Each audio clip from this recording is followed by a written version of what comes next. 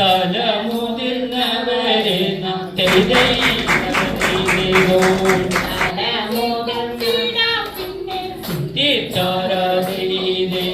വണങ്ങി കുമ്പിടാം പിന്നെ തിത്തിത്താരാതെ തലമുതിർന്നവരെ നാം വണങ്ങി കുമ്പിടാം പിന്നെ. അവർ അവരിൽ നിന്നും പല കഥകൾ കേൾക്കാം.